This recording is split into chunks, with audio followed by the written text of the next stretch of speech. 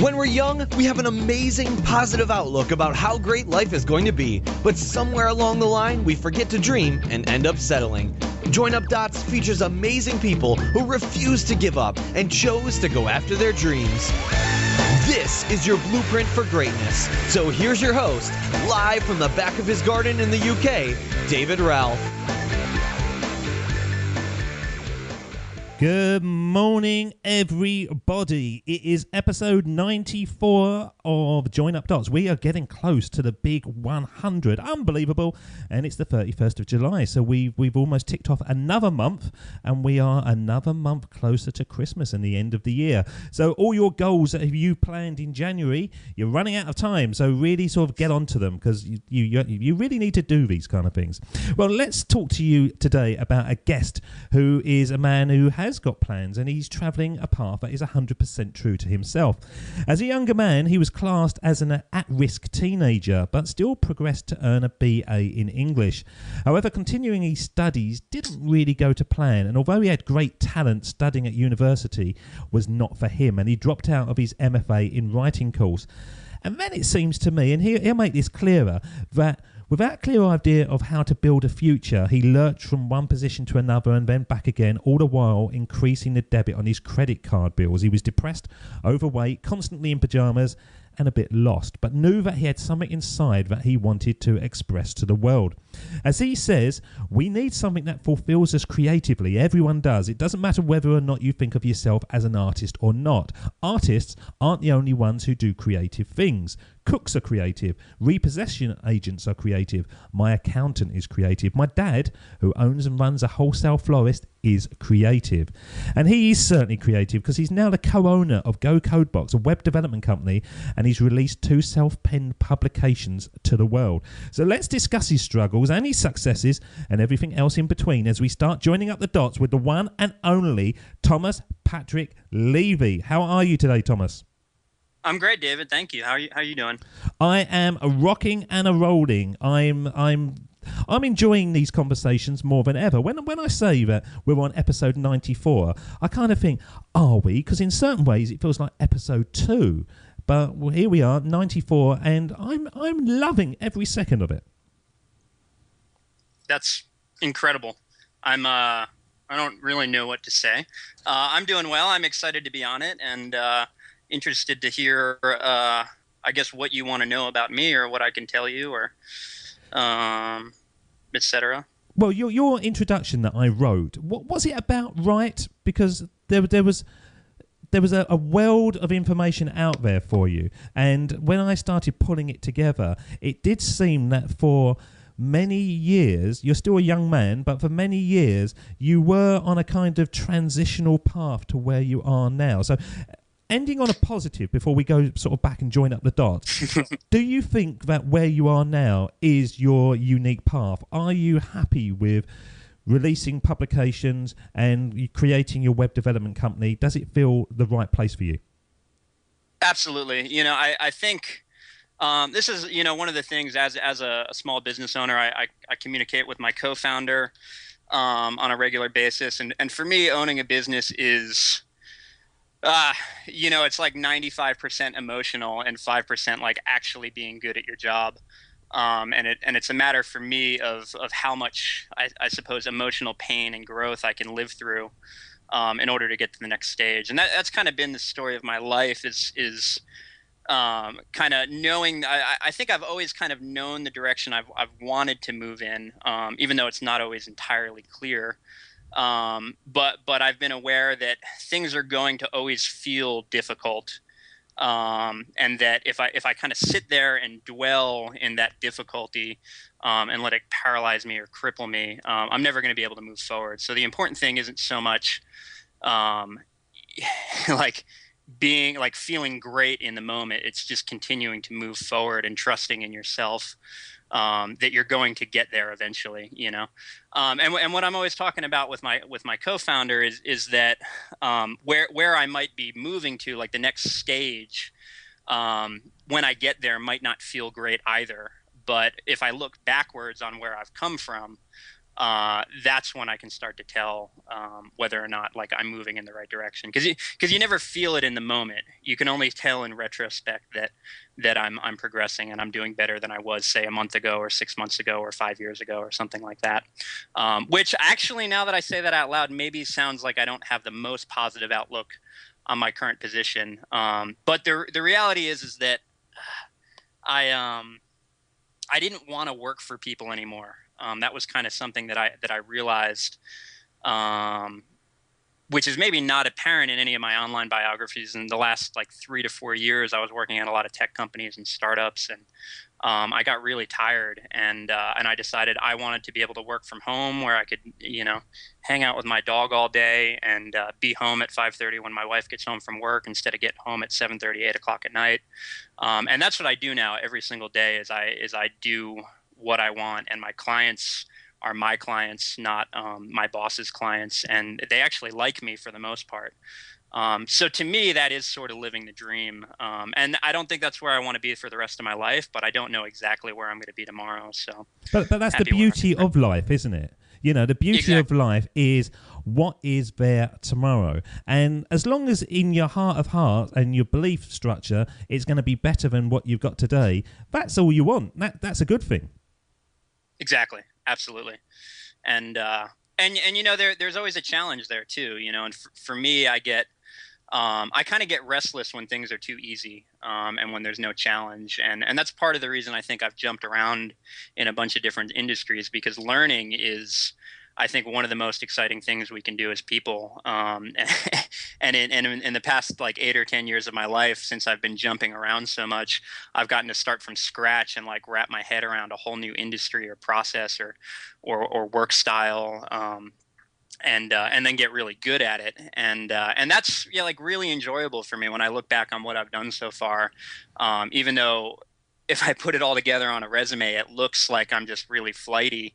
To me, it's like, well, I've been really good at being a repossessor. I've been really good at being a cook, and I've done all these different things, and those are experiences that I have, and that's exciting to me. That's really awesome. So who knows where I'm going to be in 6 months or a year. I imagine I'll probably still be building websites with my company, but the internet is incredible because anybody that works in the tech industry, it's changing so rapidly that you have to be learning something new every single day. Which is one of the reasons why I've really gravitated towards it and kind of sat in this industry for a while, is because there is no point of mastery in my mind. There's always just like new levels of mastery, and then things are going to change in a month and I'm going to have to relearn something. So that's always exciting to me too. The funny thing about you though, Thomas, is you have jumped from career to career to career, and now hearing you talk about gocodebox and your development company, you're passionate about it, aren't you? It's coming out of you. You can hear it. You have found your place. Why do you think it took so long to find that position? Because everyone out there, I always think, in maybe 3 camps. 2 camps is too narrow. 3 camps. Number one, it's the ones that we're trying to drive people towards, where you can have the dream life. You can have more money than you would dream you could have. You can have more time off. You can have the ability to be able to take your girlfriend or your partner out for a drink in the middle of the afternoon when everybody else is at work. You can have all those kind of things. But there's another camp where they are in jobs that they just like, and they are quite happy and they're quite content, and they don't want anything more, and they don't want to be entrepreneurs, and they don't want the big bucks. They're just happy being where they are. But it's that third camp who hopefully are listening to the show that are in situations that are rubbish, and they are in relationships that are rubbish, and they haven't quite grasped the fact that it all comes down to them to take that action. And that is what life is about. All your jumping around, it was just you taking action until something felt natural, and that was your fit. Yeah, that's a lot for me to process on the fly there. I'm not sure if I necessarily agree or disagree with how many camps there are, but it's my show. You should always agree with me, sir. Okay, is that the way it works? It always works. But I mean, I definitely think that that's accurate regarding that third camp. I mean, um, I, and this partially, I mean, I can digress back into my high school, being classified as an at-risk teen. I'm pretty open and honest about like kind of what my experience was there. But I did a lot of drugs and I did a lot of drinking, and I spent a lot of time in the boarding school I was in was for, delinquents, and we did a lot of like kind of therapy, group therapy, self-help, that kind of thing. And what I learned through that experience was that ultimately you just have to take responsibility for your actions. So if you're, like you're saying, if you're unhappy with where you're at, all you need to do is take action and change it, and that's obviously way simpler said than done because it takes a lot of self-awareness. And there's different levels of that, in my opinion, too. From like the larger things to just even the smaller things that you deal with on a day-to-day basis. So. But what yes. What can somebody out there listening in at the moment, and they're on their way to work to a job that they don't like, and they've got their headphones in, and they're waiting for that moment, that inspiration, that key to change their life? Is there something now with your ability to have, look back and see that progression that you've made? Is there something other than just taking responsibility they can do, or is it just that? Yeah, I think for me, it all came down to fear. A lot of it came down to fear. And by that, I mean, everybody has bills they need to pay. And, if you really loathe your job, like what are you going to do if you quit your job, and there needs to be a plan and an action. And for me, when I finally got together with my co-founder, his name's Joshua Millage, by the way, I'll just refer to him as Joshua. When we got together and started Codebox, we both kind of sat together and we were like, if we do this and we quit our jobs, we're not going to have a lot of money. And at the time, my wife was going to be very unhappy with me because she was expecting me to like be able to help pay the rent and things like that.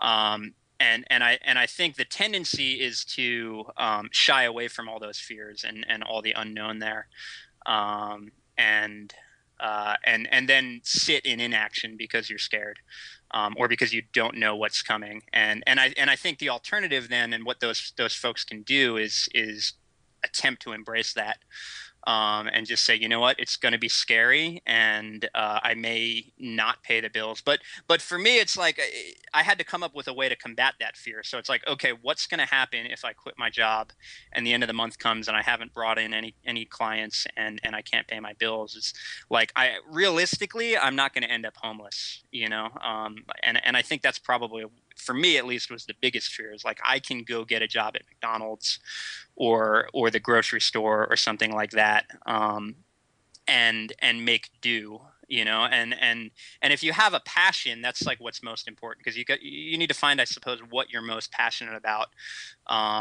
and just be committed to doing that regardless of how much money it brings in. Or for me, I'm going to talk about money because that was what the biggest fear for me was the money.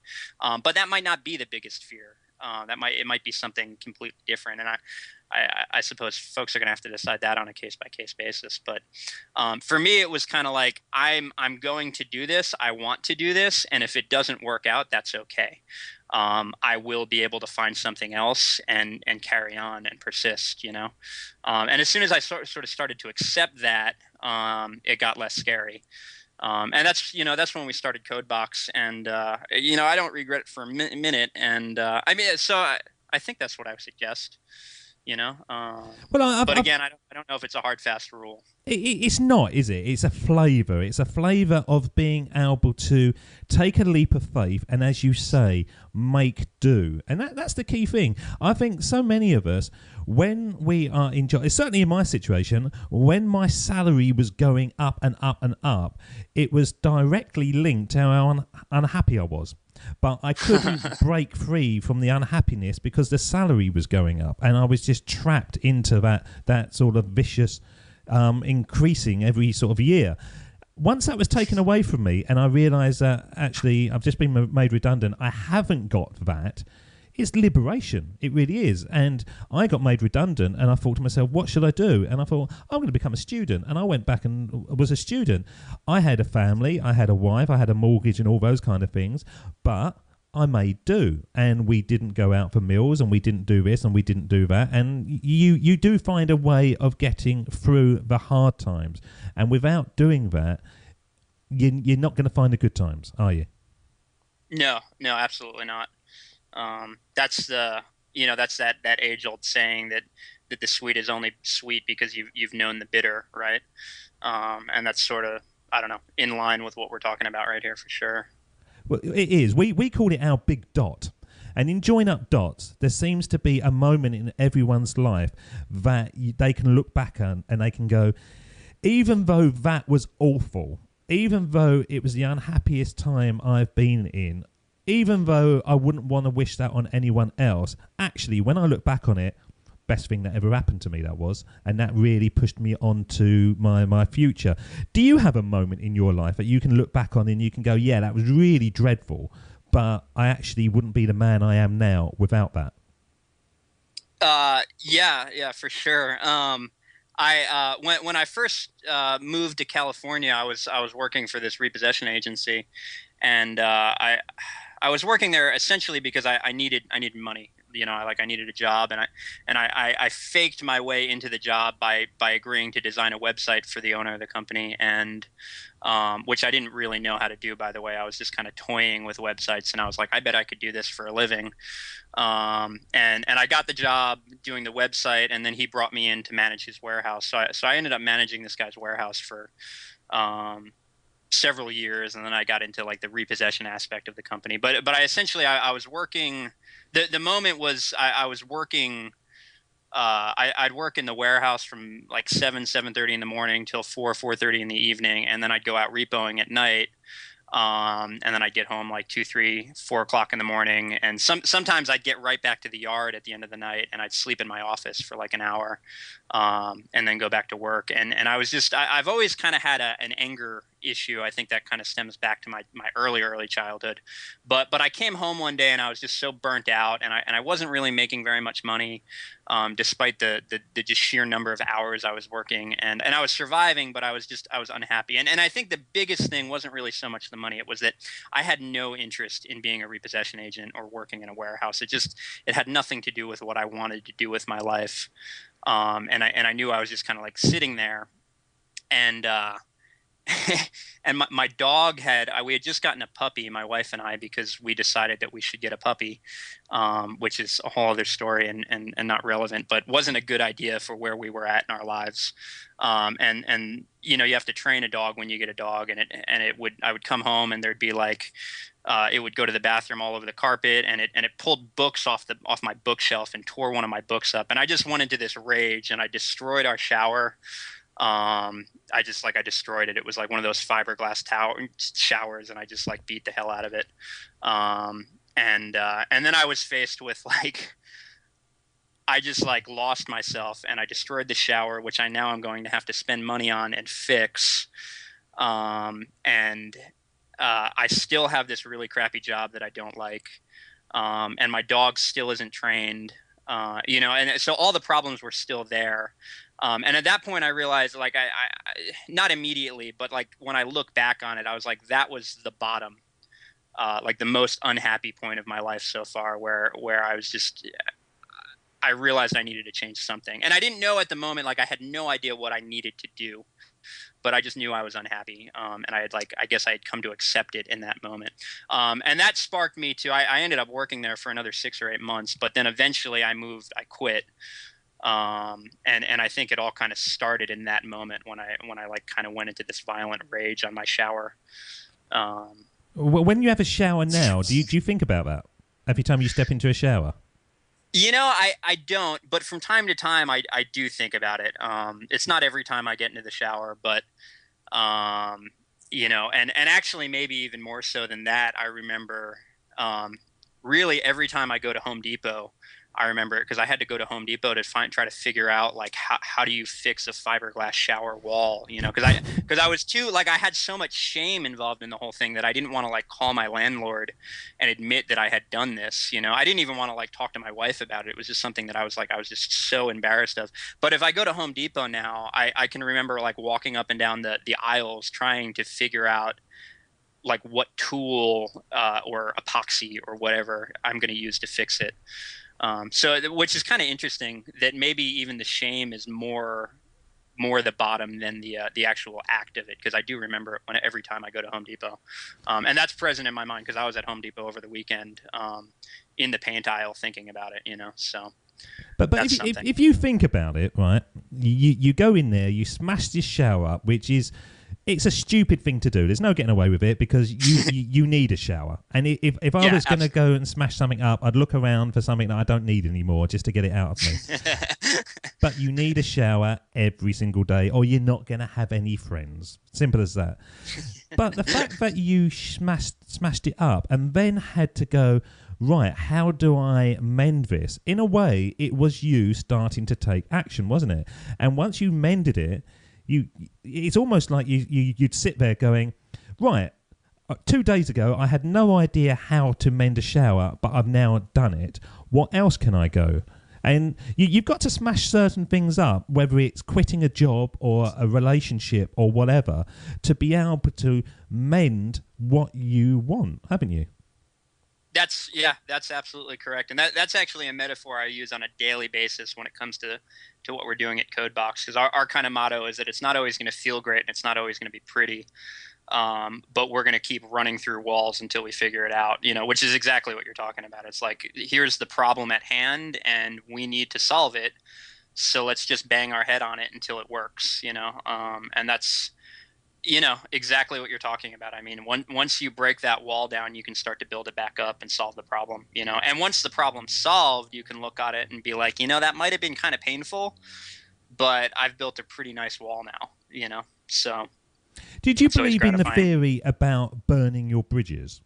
That if you leave yourself with an escape route, then you're highly likely when things get tough to try to use that escape route. For example, when people leave a company, I've seen it so many times that when things haven't gone well for them, they then phone up and say, can I have my old job back? Even though it was the job that they weren't happy with. But if you do burn your bridges and you can't go back, then you have to do anything you possibly can. Flex that hustle muscle, make phone calls, do some jobs that you don't like, whatever, until that thing starts to pan out for you. And you look back and you go, thank God I didn't go back to that job, but I might have done. Yeah, I mean, I guess in that regards I do, although I wouldn't.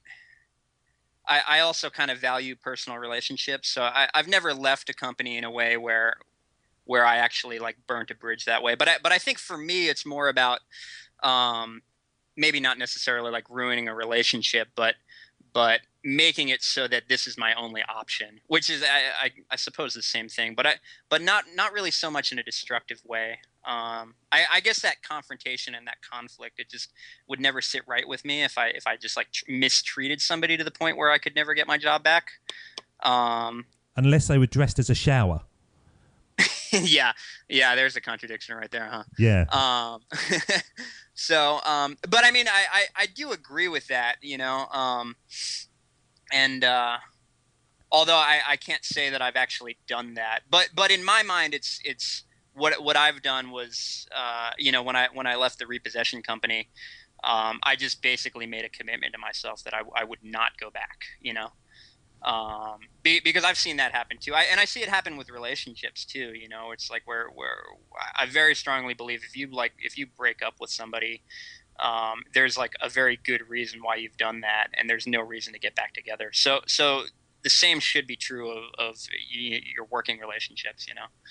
You can't reheat a souffle, somebody once said to me. And it's a silly little phrase, but it's always struck. And I have never gone to a company, left and gone back, ever. And I would never, ever do it. I don't think it... You have to have closure at certain points in your life, and you have to have the ability to go, as you were saying, that's not working. those annoying habits of that company or my situation or my partner is getting me down, I'm not going to go back to it.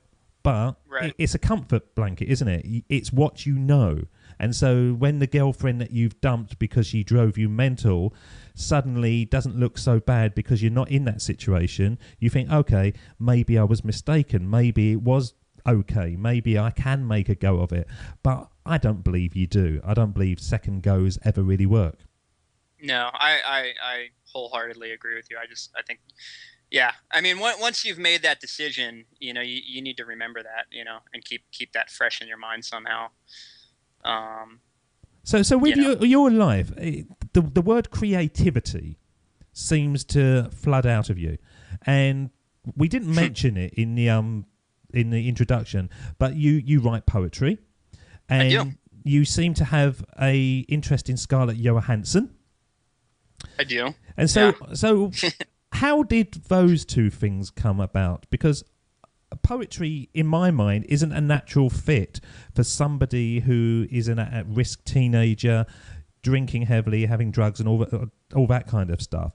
But to sit there and create something as beautiful as, poetry is. And I listen to some of your poetry on YouTube, and people can go and hunt you down and go and listen to it. And it is an interesting style of poetry. It's almost... Well, the one that I heard was almost kind of angry, the way you presented it. There was over passion in it. Is that the way that you feel that you want to present yourself in that format? That's yes. In short, yes. I came to poetry right at the end of my last semester or last 6 months of high school, when I was in that boarding school for the at-risk teenagers, and it was actually sort of a kind of rebellion for me. There were so many things that we weren't allowed to read and weren't allowed to listen to, and we're basically kind of like under surveillance for good reason. I mean, we deserved all this. I'm not complaining, but there was very few things that weren't controlled, and a friend of mine at the boarding school found we had very limited internet access, and he found this website that had a bunch of E. Cummings poetry, and actually even more so than E. Cummings, Dylan Thomas, the what is he, Welsh, the Welsh poet. I believe he's Welsh. Please don't quote me on that. I might be 100% off. I'm sure somewhere he's Welsh. I'm sure he's Welsh. Okay, yeah. So Dylan, we found a website that had this poetry on it, and as soon as my friend found it, he printed it, and for some reason it really struck him, and he gave me this 8.5 by 11 sheet of paper with a Dylan Thomas poem on it, and I folded it up and I kept it in my pocket, and I would read it when I was in the toilet because that was the only place that I had actual privacy, and because we knew we weren't allowed to have this thing, Why not? Can I just stop you there? Well, why weren't you allowed to have that? What issues were you having poetry to the authorities? Well, okay, so it wasn't necessarily that you weren't allowed to read poetry. It was that every book in the library was pre-read by the staff, and anything you brought in from outside, like if my parents would send me a book, the staff would have to approve whether or not I could read it. So it's actually very likely that they may have let us read it. But I'll never know for sure. But the idea was that that we could be influenced negatively by anything kind of countercultural or by it was especially with music, like any rap music, any heavy metal music or punk rock music, just because by nature it's abrasive or emotional. That could be damaging to our recovery, essentially. What was the concept, and to a certain extent I understand it. I think on a grand level, censorship like that is really, really devastating and dangerous. But in my little secluded period of 2 years where I was trying to get my life together as a young man or young adult, a teenager, a kid, really, I think it was beneficial for me.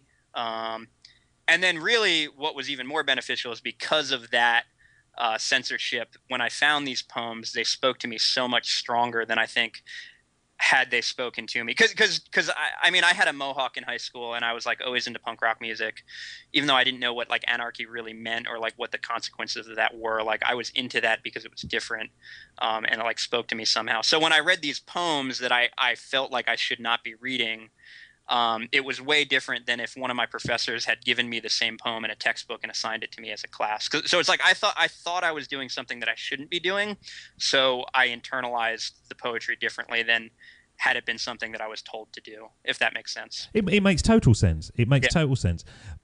But I'm fascinated why somebody like yourself, was it escapism when you read these words of Dylan Thomas? Was it creating a vision of a world that you weren't part of but you would have loved to be? I think so. I mean, I didn't necessarily want to be inside of his poems. I think the world that it created for me was a world where I could create things, you know. It was like a matter of expression, you know. When I read it, something inside me was like, I want to be able to, I guess more than anything, like I wanted to be able to create something that could speak to other people in the same way that this poem spoke to me, you know. I think that more than anything is kind of what drew it to me. I mean, of course, I think the words are beautiful, but for me, poetry and actually any art, music, etc., has always been more of less about like what it actually is and what that response it elicits in me is, like how I feel about it when I listen to it or look at it or read it. Because one of the themes of the show, Thomas, which has come out, is a trend that's coming out, and it's the tagline of the show, connecting our past to build our future, is that a lot of things that you're doing now about building stuff and being creative is highly likely the things that you liked doing when you was a very small chap, when you was like a little 5-year-old. And it seems that people who are building like websites and businesses, you can take them back and they were very interested in drawing or Lego or building blocks and all that kind of stuff. Is there a similarity to your life if you look back and start sort of connecting those dots, that what you're doing now is a kind of adult version of what you were doing when you was a 5-year-old? Yeah, I mean, absolutely. I think, you know, that you read right at the beginning of the show, something I had written in an essay about how, you know, kind of everybody's creative. And when I look back to when I was a kid, I actually wrote a bit when I was really young too. I didn't really think of myself as a poet, but I wrote songs, I played music. And even younger than that, funny you mentioned Legos. I've always loved Legos. I still kind of love Legos. I don't have the right justification to actually play with them. You know what I mean? But you can always go with Lego, can't you? But yeah, I mean, I think, and I think maybe not everybody's creative, but I think everybody. I'll speak for myself. Is like I've always enjoyed creating things, you know, and making things, and there's something really like intensely satisfying to me about finishing. So nowadays it's finishing a website and that moment when it's like, okay, this is done and shipped and it's live, and then just kind of like sitting in that and being like, I made that, you know. That was something that I made, and now it exists in the world. However intangible a website is, but that's always been really satisfying and gratifying to me. But isn't that fantastic and freaky that this is the first time we've ever spoke at all? We've never, other than a couple of emails, and I can know that about you because it seems to be what everyone is saying to me, and it's a real weird fact that we all go into jobs that we hate, but actually we should just be looking at what we used to love doing when we were little and trying to build a job around that. And if you loved, you know, making Barbie clothes, then become a fashion designer. And if you like drawing, do something like that. It seems that we had the clues. The dots were there right at the very beginning. I'm absolutely an exponent of that now. If I look back onto my early days, I was pretty much doing what I'm doing now. And I can't imagine why I wasted 25 years trying to find that path again. But I just couldn't see it until I'm into it now. And I look at it and think, God, this is what I used to do. Why has it taken me so long? It's madness, isn't it? Yeah, it absolutely is. It's funny, too. I'm faced with that from time to time because when I was like 12, I used to build AOL profiles for my friends. I don't know if you're familiar with this at all, but I'm sure some listeners are. You could like hack your AOL profile with like little bits of HTML and CSS in order to like change the whole thing black, and you could only display certain characters and make like designs with the characters and things like that. But actually hide the fields. Like, so you can like hide your first name field by making the background black, because in the text of that says first name would be black, and you can make little designs. But I knew how to do that, and I would like my friends would pay me like $5 to make their AOL profile look cool, and I was doing that when I was in like middle school, you know. But then it takes me until I'm like 24 to like start actually like thinking of myself as a web designer that can, or a web developer that can sell websites to real people or real businesses and things like that. And then another handful of years before I like realized like I actually want to just do this on my own and start my own company doing this. So when I quit my job, I thought I was going to be a web developer, and I did it for 2 days and wanted to smash a toaster into my head. It drove me mental, and I suddenly realised, my God, I have created a world for myself, and I can make websites. They're not hard, you know. I've done it numerous times, and I thought what I was going to do was build websites for local businesses who didn't have one, you know, the easy pickings, right. And then sort of develop that way. And I did one. And I just remember this day sitting at the kitchen table, and I hadn't heard anyone speak all day. And I thought, this can't be my life. And I thought, right, I need to break silence. And I put the radio on, and I couldn't concentrate. So I put a podcast on. And as the podcast was being played, I listened to this chap, and I thought, I could do this. And it was as simple as that. And my whole life changed on that one chap saying those words. I didn't know how to do it. I didn't know how to record. I had no idea about anything other than the fact that I thought, I quite fancy this. Let's give it a go. But I look back on it, and it was all there. It was all around me. Everything I can link back and say, yes, I can do that because I used to do this, and I can do that because I used to do this, and all that kind of stuff. But you just can't see it at the time. Life takes over you. Right. Yeah, absolutely. It's that thing where you're just too focused on, you're too close to the situation, and there's no perspective there, you know. And it's for me, it's always been tremendously difficult to be objective about the situation I'm in that moment, you know. Yeah. Well, what I'm going to do at that moment is bring on Steve Jobs, because I think we need a bit of a powerhouse motivational talk. Not that we need it at all. And this is a speech that he did back in 2005, and really is the theme of the show, and this is why we call the show Join Up Dots. So I'm going to play these words, and I'm going to ask your opinion on them, whether they're relevant to you, whether they're relevant to your life, and you know what your feeling are to these powerful words. This is Steve Jobs.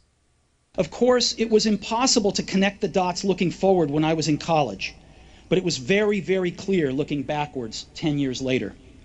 Again, you can't connect the dots looking forward. You can only connect them looking backwards. So you have to trust that the dots will somehow connect in your future.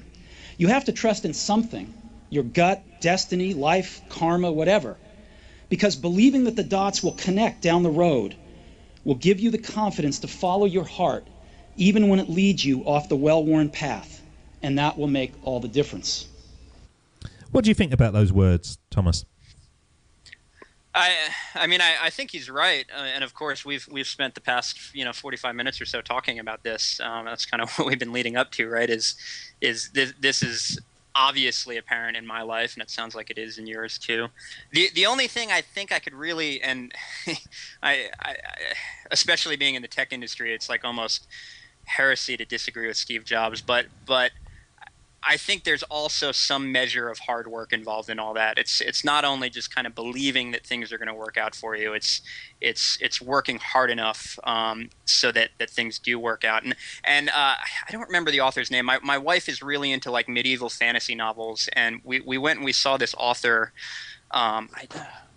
If I would have thought about this earlier, I would have looked him up. But we saw him read, and he basically said that being a oh wow, when I think about, I'm going to say this anyway. I'm going to contradict myself. But what he said was, being a really good writer isn't going to get your book published. He said you have to be lucky. And he's like, that doesn't mean you can leave everything to chance, though, because when you get lucky, you better be a really great freaking writer. Otherwise, that opportunity is just going to kind of slip out of your hands. So, and what he was saying was that he worked for years and years and years on books, and they got rejected by publishers. And he like really worked at writing, and he tried to improve his writing, and none of that mattered. What mattered was that he got lucky enough to get in front of the right editor at the right time. But at that moment, he had the book that he had worked really hard on. And had he not done all that hard work, none of it would have mattered. So I think maybe I'm not necessarily disagreeing with Steve Jobs, but I think you need to trust that things are going to work out, but you also need to like bust your ass in order to get there.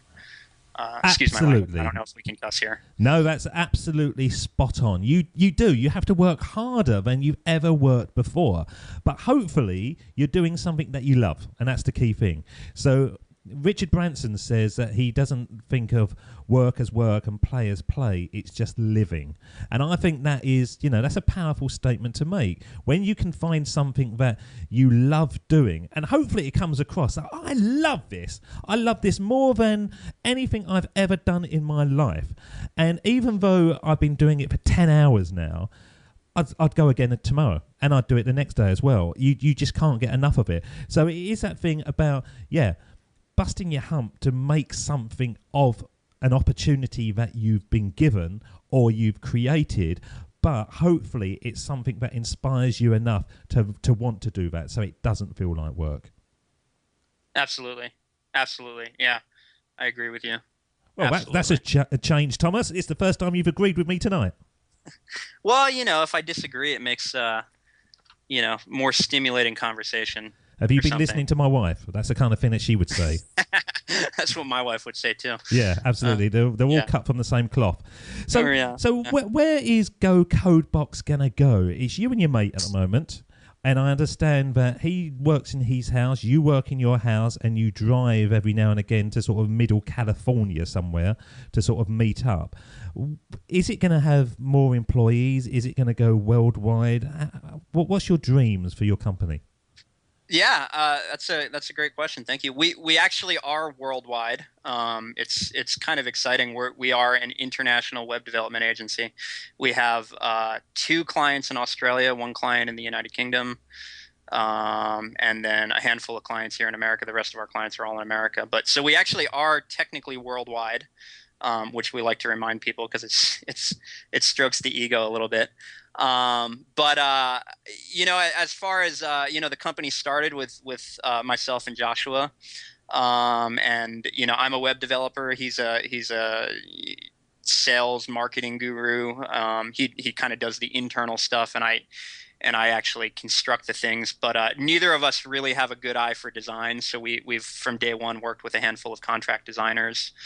And just in the last 2-3 months, we've started to grow the team, and we've brought in project managers and a second web developer to work with me. And we're in talks with bringing in a full-time designer. So the company is growing, our plan. We got together. The last time we were together was at the beginning of the second quarter of this year, so right around mid-March, I think.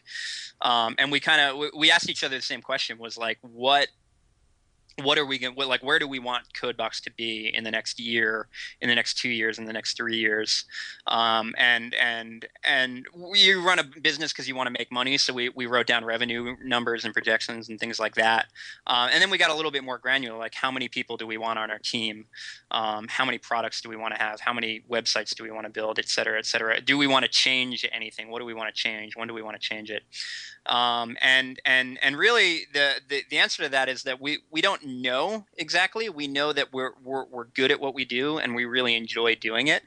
And we so we wrote down numbers, of course, but we kind of just agreed to keep moving forward with the intention of growth, and that's kind of like a really exciting place to be, because when we got together, we had no idea. Like we were both freelancers at the time. I had just quit my job and I was half-heartedly freelancing, and he was freelancing full time. And we were like, let's do this together and kind of join forces. And we had very like little commitment to each other. And then as time went on, we started dropping off our freelance work, and now we both work full time here. And it's like the next stage is just growth, is to grow the team, and bring more people into the fold who share the same vision and passion that we do, for building websites. Does it scare you? Oh, absolutely. That's the that's the other side of the whole thing, is that at the end of the day, I'm really, really stoked on what I'm doing, but I'm also terrified of what I'm doing, because every new issue we encounter is it's all unfamiliar territory to me, and some of it's familiar to me and unfamiliar to Joshua, and some of it's familiar to him and unfamiliar to me, and sometimes we're both just like looking at a problem and saying we have no idea how to handle this, that's actually the immediate reason why we started to bring in more team members, because we got to a point where we couldn't solve problems on our own anymore. And we're like, we need somebody who's really good at this one particular thing who can do that for us, because we can't do it, and of course we tried, because like I told you earlier, our motto is kind of just like keep running through that wall. And then, the solution ended up being to hire somebody else. It's like, okay, we can't do it ourselves, so now we bring in the expert. And I mean, it's always, for me, initially, the problem was, how am I going to pay my bills, and now the problem is, like, now we have other people that we're committed to, and not that we're solely responsible for their bills, but now we need to bring in enough, because we've committed to them that we're going to give them, X amount of dollars. And that's terrifying, too, in its own right, because it's like now there's more people relying on us. I absolutely embrace the challenge, and I'm hopeful for our future. And just like looking forward, I'm just going to try to keep this in my mind that if I continue working, and working hard, things will come together, because they always have. Like Mr. Jobs just said, in retrospect, things do come together. So I need to trust that they're going to continue coming together as long as I keep my vision focused and my hard work, put my best foot forward, to use a cliche. I loved about your words there was, if you went back to your younger self, which we're going to do in a moment, actually, we're going to put you on the sermon on the mic and send you back. But you blagged that you could make a website for someone even though you couldn't. And now you're in a situation where you're bringing on clients, and you and your partner are looking at each other going, I know we've got these clients, but we don't actually know how to do it. And it hasn't moved on at all, has it? You're earning more money. You've still got to have those leaps of faith. You've still got to have that, screw it, let's do it. Because then the next time, you'll know how to do that. There's always got to be that first time that you don't know anything. And that's the key message to get out to the listeners. Yeah, absolutely. And I hesitate to say that and agree with you, because I don't want my clients thinking that we don't know what we're doing, because we do. But for me, web development has always been about exactly that. It's like, okay, here's something that I have no idea how to do, and I'm going to figure out how to do it. And that's why development has always been so exciting to me, because like I said earlier, learning is intensely gratifying to me, so we do that all the time. Every new deal we close is we kind of have a moment where we're like, we kind of like look at the project outline and we're like, is this possible? That's always the question, is like, can we do this? And everything's possible, it's just like how, well, not everything, but most things that are requested of us are possible. And it's just a matter of like having faith in your capabilities, to know that even though I don't know right this moment how I'm going to do it, I'll figure out how, and now like me and my team will figure out how. Yeah. Nelson Mandela, I think he said, it's only impossible until it's done, Right. And, and I think that's about right, isn't it? Yeah, no, absolutely. And that's true, I see that all the time in fitness. I mean, not too long ago, somebody broke, I don't know, maybe it was 10 years ago, somebody broke like a 5-minute mile, and up until that point, that was impossible, and as soon as somebody does it, all these other people started doing it too, It all comes down to mindset, doesn't it? Right. Absolutely. Yeah, totally. Well, let's take you to the end of the show now, and this is the part that I like to call the powerhouse ending of the show. This is a sermon on the mic, where we play the theme tune, and while it's playing, you're transported back in time to have a one-on-one with your younger self. And if you could go back in time, what sort of age younger self would you choose? Would it be the chap sitting on the toilet reading the poetry? Would it be the guy going on long road trips with your girlfriend that you couldn't really afford? It's up to you, but I'm going to play the music now, and you're up. This is a sermon on the mic.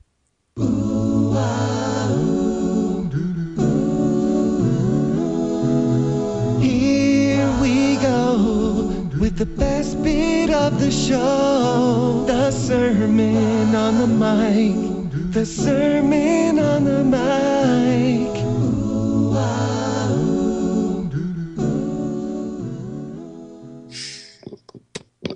Well, Tom, this is Tom. When I talk about myself in the third person, I always refer to myself as Tom, even though I tell everybody else my name is Thomas. And that's going to be confusing for you over the next couple of years, and you're going to be constantly wondering whether or not that makes sense. And don't let that identity crisis scare you, because at some point in time, you're going to buy the domain thomaspatricklevy.com. And then you're going to be kind of stuck with it, and there's nothing you can do about it. So regardless of what you might say to yourself over the next few years, your name is Thomas. And you can continue calling yourself Tom in your head, and nobody's going to care. And your dad's still going to call you Tommy, and your mom is still going to call you Tom, and your wife is still going to call you Stinky. And all of that's going to be okay. And I've been thinking a lot recently, just in the last 45 minutes, about what I would say to you if I had the chance to say anything to you, really. And I know that time travel is not possible, and that's okay. We're going to suspend disbelief here. And you've done a lot of really stupid things in your life. And there's a couple pictures of you when you were like 14 with your stupid hair. And at the moment you thought it was really cool. And now, several years later, you're going to realize how dumb you looked. And that's okay too, because you're going to do more stupid things as you grow up and you get older. And you're going to have a lot of jobs that are stupid that you're going to look back on and think, maybe I should have never taken that job. And you're going to be in some relationships that were terrible. And you're going to do drugs, and you're going to drink, and you're going to hurt a lot of people along the way. And as much as I want to tell you not to do that, I think you should probably do all those things. And then when you get to the point where I am today, you're going to look back on it, and you're going to regret some things, because it always sucks to hurt people, but all the relationships by this point have been repaired, and everything's okay, and you're relatively happy, and you're moving forward, and you're hopeful for the future. So, keep it up, and just remember that things are going to hurt. That's, I think, more than anything, what I'd like to say to you is that things are always going to hurt. And the thing you can really do to make things easier is to embrace that pain, and not fall into self-pity or despair or inaction, because things will get better if you continue to move forward. Powerful words, and I hope the young Thomas is listening carefully. For all our listeners out there that have been listening carefully, how can they connect with you and your work? I'd start on my website. It's thomaspatricklevy.com. I slipped that into my little sermon, but I'll repeat it again. And they can hop on my mailing list there. If they hop on my mailing list, they'll get a free copy of my most recent little ebook, just like 10 pages or something like that. So yeah, they could go to my website. They can follow me on YouTube. I don't have my channel name off the top of my head. I should have gotten that prepared. I really don't do a lot of social networking. They could follow me on Twitter at Thomas P. Levy. And I may or may not tweet back at them. Or they can follow me on Instagram. That's actually the only social network that I really enjoy these days is Instagram, and that's at Thomas P. Levy also. And what about Codebox? Yeah. Can they find you there? Yeah, our website is gocodebox.com. We have contact forms on there if you'd like to get in touch with us. If you'd like a website, we're happy to build one for you. You can get in touch with us there. Our phone number is up on the website. You could also just email me directly. I'm always down to take emails. My personal email address is thomasplevy@gmail.com. And one thing is that I feel like everybody's really kind of lonely, and social networks allow us to like communicate with each other. I get really excited when people reach out to me, so, and sometimes I forget that. And when I like want to reach out to somebody that I'm like really impressed with or want to talk to, I'm like, well, they're not really going to want to talk to me. But they do. Every single time somebody hits me up, I'm like, wow, that was awesome. Thanks so much for contacting me, So I'd encourage people just to reach out to me or anybody else you want to talk to, I agree with that totally. It's always been amazing to me whenever I reach out. I've never had a no yet. I've had, it's not quite right at the moment, come back in 3 months, but no one's ever said no. It's amazing. Yeah, exactly. Absolutely. Well, Thomas, thank you so much for spending time with us today, joining up those dots. And please come back again when you have more dots to join up, because I believe that by joining up those dots and connecting our pasts is the best way to build our futures. Thomas, Patrick Levy, thank you so much. Thank you, David. David doesn't want you to become a faded version of the brilliant self you were once to become. So he's put together an amazing guide for you called the 8 Pieces of Advice That Every Successful Entrepreneur Practices, including the 2 that changed his life. Head over to joinupdots.com to download this amazing guide for free, and we'll see you tomorrow on Join Up Dots.